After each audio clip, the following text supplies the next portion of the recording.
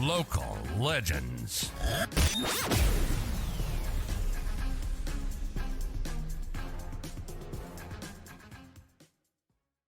think just the little things that he did and the shorter training sessions that were more quality and not quantity.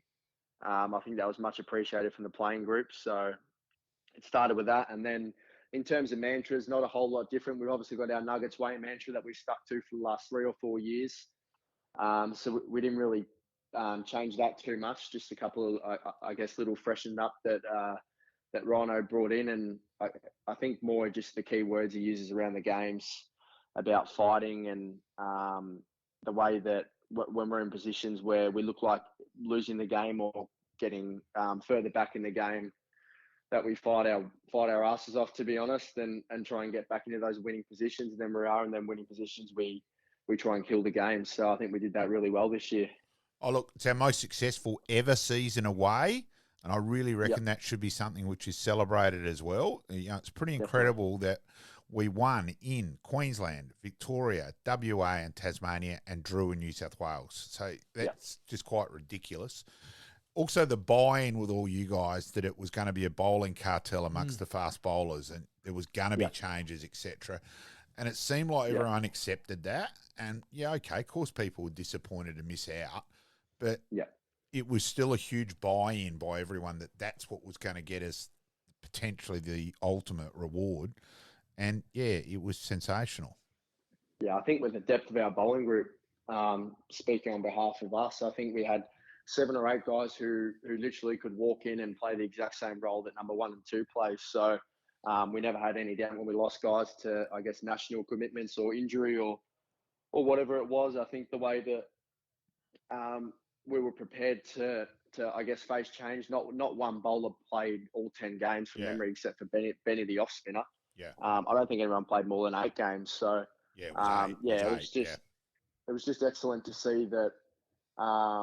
I guess the collective buy-in and the training standards, again, go back to training, but they lifted so much because you don't feel under pressure about your position, but you feel like you need to perform and you need to put your best foot forward consistently, whether that's at a net session in May at Karen Rolton Oval or whether it's in the game leading into the Shield final. So I guess the competition for spots and which brought positive training standards went a long way for us as a bowling group. That's for sure. While we quite rightly highlight the game in Tasmania because it was so ridiculous in terms of, to win from there, etc. The game in Melbourne was pretty incredible too, Buck. That fluctuated back and forth, and Victoria got into a strong position a couple of times. And then on the Saturday we took, and you took a couple, and we took four for about 8 to get us back in the game. I was actually sitting with Hags when that was happening. And to come back there, and then the run chase when we lost a couple early, and then Jake just had the purple run, 486 runs in a month. Was quite incredible because there he was playing for his career and thinking I'm going to lose my contract. Danny and him are then playing what else are we going to do sort of thing, and then kabang, he has just such a purple spot, and which was just awesome as well. Yeah, I think the way we fought in that Victoria game, I know we keep going back to fight, but that was the key word that Rhino used in our chats all year, was so evident that we were setting ourselves up for a Shield final and hopefully a Shield final win. I don't know that we chased 300 in the last few years since I've been here anyway on the last day or 2 of a game. So that was massive for our batting group and the confidence for them to know that we can chase a score, and then I wouldn't have it any other way because then coming into the final day of the Shield final, we had 270 to get, and we'd done it before, and once again we lost a couple of early wickets, which the new ball was only going to be the thing that let us down if as a batting group. And I think the way we got through that new ball, I know we lost 3, and if Sanger's catch had went to hand, it might have been a little bit more interesting, but I guess Kez was still out there. Personally, in the sheds, had not 1 ounce of a doubt whatsoever, but there were a few nervous heads. But that Victoria game's helped us a lot. I was going to ask along those lines because obviously been in cricket dressing rooms a lot, 3 for 30 odd, everyone would have been down and wouldn't have been a noise, and then just gradually during that partnership people would have relaxed a little bit more, becomes a little bit louder, just a little bit more chat, And then as we I said, think you scripted that perfectly. I think I'm not really a nervous watcher of cricket. I had full faith in the boys, especially this season. But I guess it was sort of a 2 for 20, then 3 for 30 or whatever. Yeah. When Buddha got out there were a few eerie shakes around the rooms, but once them two walked to the middle, it was they didn't really look like getting out, to be honest, until they did and the damage was done. I'm a shocking nervous watcher, and once we got to probably 3 for 70 odd, I was pretty relaxed from there. I actually thought we were going to do it 3 down. So did I at one point, but took a pretty nice slower ball from memory to get Kez out. Yes, you know my thoughts on slower balls on Karen Rolton. I do make that point to you at fine leg sometimes, Buck. So how did you feel? So the game before, let's be honest, on that wicket we could still be playing now, and there wouldn't have been a result. To then come the Shield final, obviously there was a fair bit more in the track early, but it would have been a huge decision to decide to send them in. Was part of that thinking behind the bonus points rule as well? Yeah, well, I guess with the bonus point rule, it's almost like a big one-day game to start the game, isn't it? I guess the benefit of batting first, if you bat big, you can sort of use the 5 days and bat a team out of the game. But then if you bowl first, you know exactly what you need heading into the second innings. So for us, it was always if there's going to be anything in the wicket, which I'm still a firm believer there wasn't a whole lot in the wicket. Yeah, that's what I thought as well. Pretty ball batting on day one. Yeah. But that's why we did bowl first. And then, so we were pretty content we won the toss. But then Marnus went out and said that he was going to bat first. I don't know if that was just bluff or if they were actually going to do that. But who knows from Marnus? Yeah, exactly. But I think, I think the decision, I guess, was a pretty pivotal one in the end to go out there and to bowl them out and bowl the way we did, which we were, I guess it was a pretty nervous start on day one there by me and Mac, and then Dog just settled into his groove and they couldn't really hit him, to be honest. Yeah, it was pretty, you're right, it was bloody nervous. We dropped 2 catches. You're thinking, bloody hell, it's Kawaja. We've dropped him twice. They're none for 15, and then 15 minutes later, they're 4 for 18 after Clayton's done the under 10 rule of, I've hit the ball in the middle, so there must be a run. And, so it was just incredible. I think that was the weirdest fielding session of all time. I think the first hour we've never fielded worse. And then the second hour, I don't think we fielded better. We created 2 or 3 run-out chances that were close. I know I had one that was close. And then we took a couple. Macca took a really nice catch at fine leg. And then obviously Scotty threw the stumps down for Clado there. So, and it was Jake's catch. It was a tale of 2 halves there. Jake's catch to get Labuschagne out was a fair catch as well, because he didn't get. We wouldn't have seen the ball that much there at leg gully there. So it's tough because you can't watch the bat there because inside edges and whatnot. Yeah. So that was a great catch, and he obviously had his woes earlier in the season. Yeah. So it was nice for him to bounce back and take a beauty there. Righto, you better go through the celebration. So I know you would have been up in the voting as well. Just before you do that, you talked about not having too many distractions. The ultimate distraction was where it was going to be played. Mm-hmm. How was the feeling amongst the group as to what decision was going to be made and when it was going to be made, and how did you approach that? Yeah, it was spoken about a fair bit amongst the boys. I wouldn't say where the game was being played was going to change the way we played or anything. I think potentially we might have looked at another spinner if it was at a lot Oval with the record we had there this year. But I know playing 2-spin at Karen Rolton's quite tough because it's not a forgiving ground. So I guess once that was settled, it was a lot easier for selectors because they could, I guess, rule one option out and then weigh their options up with the other 2. But there was a little bit, obviously a fair bit of noise in the media. I know KG come out and had a few words on Channel 7 and whatnot, but I guess as a playing group, we were sort of laughing a little bit because everyone was so rattled, and we were like, we're honestly not too fussed where this game's played. It's a Shield final. It's on our terms. So that's what I was thinking. Whether it's played, we're just going to go out and I guess play our normal style of cricket. So we played well at both grounds. Our record's probably slightly better at Adelaide Oval, but we had full confidence at Karen Rolton Oval that we go out and get the job done as well. All right, let's get on to the celebrations, mate. Yeah, I reckon you would have been up there, Buck. You would have been got up there in the mentioned a few votes, times, yes. Yeah, got mentioned a few times, which was nice. Nah, Benny Manenti's always won. Yes. He's pretty similar to what he's like, what he is on the field and off the field. He sort of tells you exactly how it is, and he's pretty loud and obnoxious. So He's pretty intense.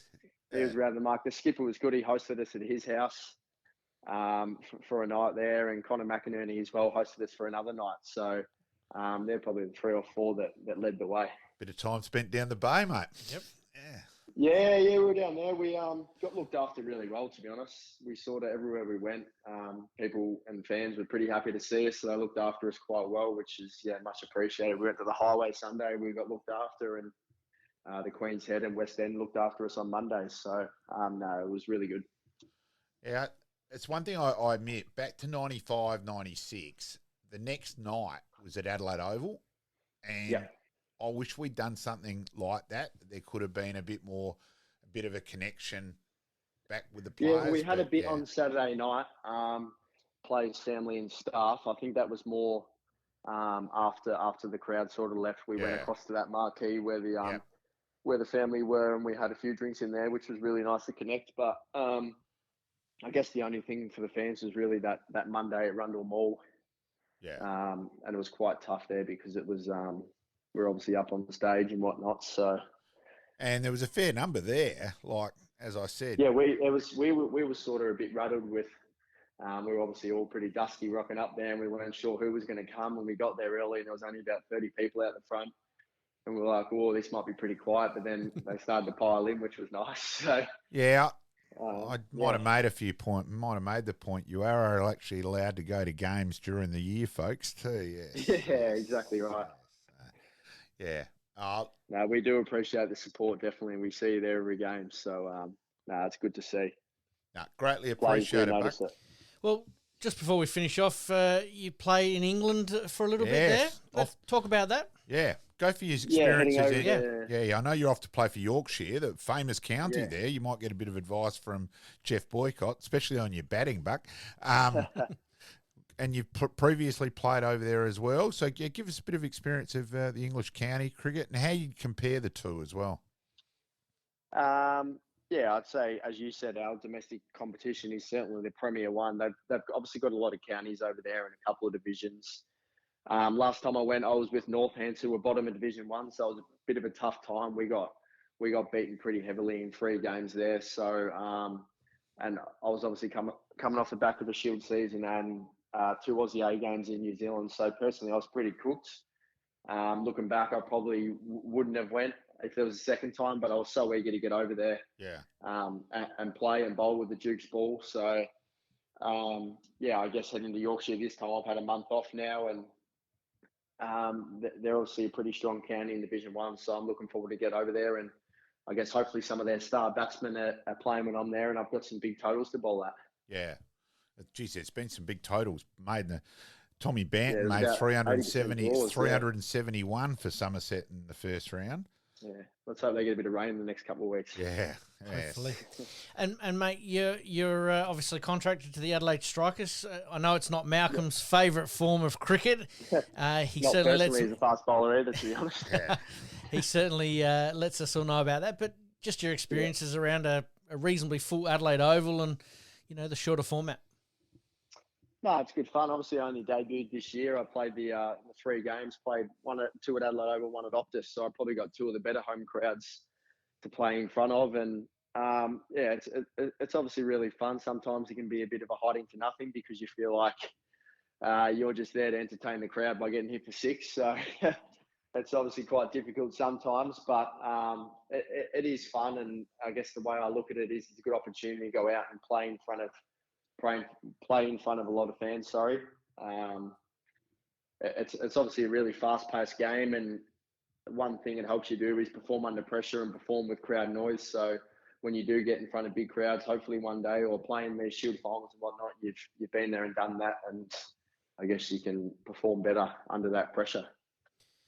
Fantastic, mate. Now, to get you out here on this one, I don't want you to go into explicit details. No, I've actually thought of one more I want to ask you first, it might Tommy. be the same one. No, it's going back. No, I want to go back to a game against Tasmania. Okay. So what did you think afterwards? Like, you bowled to that innings where Mitch Owen was quite incredible. Like I was there for Hooks. I was there for Hooksy's 34 ball 100, and I said to Gordon, I was sitting with Gordon Carey, and I said, this actually reminds me of that innings, and it was. How did you evaluate afterwards? Like we dropped him a couple of times reasonably early, both hard catches. Yeah. Yeah, where you just weren't sure, it was hard to know where the boundary was, etc. And then Jason dropped him a hard one at the sort of fly slip sort of spot. Short third man, yeah. And how did you evaluate that afterwards and just go, well, it's sort of one of those things because, geez, he hit some long balls that game. Yeah, it was pretty brutal, and we were on an edge wicket as well. And I remember walking out to bowl, and I looked at Henry Thornton. I said, "Which end do you want, big fella?" And he said, "I'll take this one." And that was to the long side. So I thought, okay, that's a good start. I had the 50-metre boundary in Mitch Owen, who's at the time was probably the most informed white ball batter in the world, to be honest, after his big bash, and then he went away to an overseas comp as well. But it was one of those things. I think we'd obviously already secured the one-day final then, so. It wasn't. We obviously reviewed it and spoke about a few things we could have maybe done differently, but the way you struck the ball, sometimes you got to tip your hat to the batter. It was pretty similar to McGurk's innings at Karen Rolton a couple of years ago, where there wasn't a lot you can do, and a lot of places where you could bowl where you didn't get hit for 4 or 6. So it was pretty daunting running the bowl to him there, but again, I'm glad that it happened, and I'm better for it now. That's for sure. All right, mate. I'll definitely get you out of here on this one now. I don't want you to go into specific details, but you had the awards night the other night, and Rhino got you out into the middle of Adelaide Oval. Yep. Can you just give us a sense of what happened there and what was that all about, and let the listeners know that I'm assuming that it's ready to back up for next year?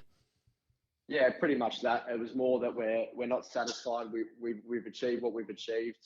But let's go again next year in a way. I think we had 2 or 3 then chats throughout the season, one before the one-day final, one before the Shield final, one at the start of the year. And it was more of just, they were a Rhino rev-up chat, we called it, where he got his notebook out and he started screaming. He loves that bloody notebook, doesn't he? Yeah, not screaming, but he was yelling and whatnot. But no, that was more just to, I guess, soak it all in. You probably don't know what you have achieved and how many people you've made happy, but the job's not done now. I think we can, in a way, create a legacy with the words used. So to not get complacent over the off season and pick up where we left off next year. Sounds perfect to me. Yeah, bloody oath. Yeah. Greatly appreciated, Bucky. Look forward to catching up as well, mate. Yeah, sensational. Yes, and it might have been the only game I've ever been doing the Nord scoreboard, not giving a stuff whether Nord won or not, and just smiling the whole time that we'd finally achieved the Holy Grail. Can you believe a cricket nut like Malcolm wasn't there to watch the end of the final? So frustrating. The irony, Buck, that there I'm leaving at tea because I had to go to work. I was working at the game at Nord, so obviously it wasn't that I wanted to. As the Johnny-come-latelys were coming into the ground, I thought the irony that here's someone who's been at every single Shield game this year as leaving while the Johnnies were arriving wasn't lost on me. So I think the hours you did throughout the year definitely made up for it, because we certainly notice and we appreciate your support a lot. Greatly appreciated, mate. Look forward to catching up. Thanks, Buck. Yeah, thanks, mate. Great. Thank you, mate. Cheers. Liking this podcast? Please like, rate, and subscribe.